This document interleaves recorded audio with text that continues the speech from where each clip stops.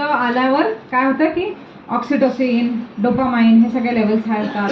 मग आतमध्ये चयापचनची सिस्टीम सुरू होते. जसं जसं जसं हळूहळू सूर्यास्त व्हायला लागतो तेव्हा काय काय होतं बरं संध्याकाळी? एकदम असं सूर्य खाली जातो का एकदम, की एकदम अंधार झाला? नाही होत ना. काय होतं पहिले का का का का का का का पक्षी उडायला लागतात, हो ना. पक्ष्यांचं चिलबिलाट एकदम वाढून जातो. हा, एक थोडा शांतता येऊन जाते, थोडीशी हवा वाहत असते, हो ना. आकाशाचा रंग थोडा बदलत जातो, बरोबर आहे. आंधळा जो वटवा गुळ पण असतो, त्या वटवा गुळाला पण समजते, त्याला जरी सूर्य दिसताना येत की अंधार होणार आहे. हा, बघितलं वटवा गुळाला? त्याचे पंख कसे असतात? आपल्या हातासारखे. आपले हात आणि वटवा गुळचे पंख हे सेम आहे. निसर्गात एक वेगवेगळे आवाज यायला लागतात. कुठे बैल, गाई, म्हशींचा, घरी जाणाऱ्यांचा, बरोबर, पक्ष्यांचा आवाज यायला लागतो. रात्रीच काही अशा गोष्टी आहे की रातराणी, धम्मकमळ ना, हे रात्रीच का बरं फुलतात? बरोबर जसं जसं संध्याकाळ यायला लागते त्याचा स्मेल, रातराणी, त्याचा वास दरवळत जातो, बरोबर आहे. आकाशगंगा, त्याच्यानंतर मोगरा, हे सगळे आपल्याला काय खुणवतात की आता क्लोजिंग करायचं आहे. ते सिस्टीम हळूहळू वाइंड डाऊन म्हणजे स्लो डाऊन करतात. ते काय करतात? एकदम रात्र करतात का? नाही, तुम्हाला ते खुणवत असतात की आता सूर्य बाबा खाली जाणार आहे. म्हणजे सूर्य खाली जाणार आहे म्हणजे तुमचं जे ॲक्टिव्ह हार्मोन्स होतात, आपण बघितलं हार्मोन्स, ते हार्मोन्स तुमचे जे आहे ॲक्टिव्ह हार्मोन्स ते हळूहळू स्लो होणार आहे. ते आपल्याला खुणवत जातं. आपण त्याला तयार आहो का बघायला, तुम्ही हे लक्षात घ्यायचं आहे. तर सगळे काय करत असतात? पूर्ण निसर्ग आरामाची तयारी करत असते. सगळं निसर्ग आरामाची तयारी करत असते. आणि त्यासोबत गायी घरी जातात, पक्षी घरी जातात, सगळे तयारी करतात. एक असं आपण संध्याकाळी ते ड्रॉइंगचं चित्र काढतो, 3 पहाड आहे, सूर्यास्त होत आहे, एक सुंदर चित्र असं, हे सगळं होत असते. त्याच्यानंतर खूपशा ठिकाणी जर का अंधार झालेला आहे, अंधारानंतर पण काय होते बघा, झाडांचं पण बदलते. झाडं कशी होऊन जातात तुम्ही बघितलंय? झाडं असे असतात, ते काय होतात बघितलंय ना. तर सगळेजण काय करत असतात? स्वतःला चेंज करत असतात. तर सगळा प्रभाव हा कसा आहे? पृथ्वी हालत आहे, सूर्याच्या इकडे इकडे जात आहे. तर तो कशाचा प्रभाव आहे? सूर्याचा. मग सूर्याचा भाऊ कोण आहे? चंद्र. मग चंद्राचा इफेक्ट काय आहे पृथ्वीवर? तर मग तो भाऊ सूर्य म्हणजे माझं काम सरलं, आता तू काय करायचं यांच्यासून, बरोबर आहे.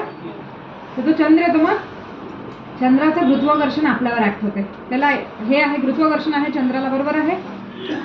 पौर्णिमा, अमावस्या, ते चंद्राचे बदलणारे कल सगळे. आज पौर्णिमा आहे, उद्या नाही आहे. तर आज जर का पौर्णिमा आहे तर पौर्णिमेला काय होते? केस नको कापू बाई,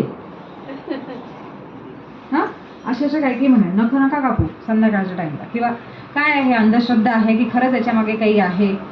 की काय होतं की पृथ्वीवर काय आहे सगळ्यात जास्त? काय आहे पृथ्वीवर? ग्रॅव्हिटेशन. आणि बाकी काय आहे? पंचमहाभूतांपैकी सगळ्यात जास्त तत्व कुठलं आहे? हा, पाणी आहे. पाणी आहे, सगळ्यात जास्त पाणी आहे. तर मग किती टक्के आहे पाणी? 70% पाणी आहे. आणि जसा चंद्र येतो, जर फुलमून असतो तेव्हा काय होतं? हाय टाईड. म्हणजे एवढं मोठं पाणी आहे, ते पूर्ण सगळे जेवढेही असणार ते हाय टाईड येते. म्हणजे एवढा प्रभाव आहे पाण्यावर, विचार करा त्या चंद्राचा. आणि मानवी शरीरात काय आहे? किती टक्के आहे? काय होत असणार आतमध्ये?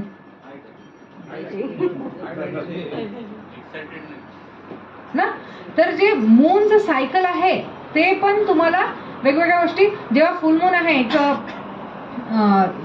साऊथच्या साईडला एक आयलँड्स आहे, तिथे हॉर्सशू क्रॅब्स येतात. जेव्हाही फुल मून असतात, क्रॅब्स म्हणजे खेकडे, ते बरोबर फुल मूनला सगळे खेकडे, नर खेकडे आणि मादी खेकडे तेव्हाच वर येतात आणि तेव्हाच ते मेटिंग करतात.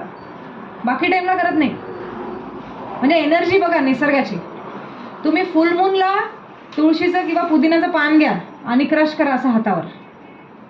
त्याचा सुगंध बघा, इतका तीव्र असेल तो. करून बघा तुम्ही. आणि तेच अमावस्येला करा. तुळशीचं पान क्रश करा आणि सुगंध घेऊन बघा. पौर्णिमेला तुम्ही किंवा तुमचे जे चंद्राचे फेजेस आहे तेव्हा स्त्रियांनी बघा तुमची मासिक पाळी कशी आहे. नसेल लक्ष दिलं तर लक्ष द्या की पौर्णिमेला काय होत आहे. इनफॅक्ट आधीचे जे आहे लोक ते गर्भधारणापासून कॉन्ट्रासेप्शन पासून तर कन्सेप्शन पर्यंत सगळं काही त्या चंद्राच्या याच्यावर प्लॅन करायचे की बाळ पण प्लॅन करायचं आहे तर.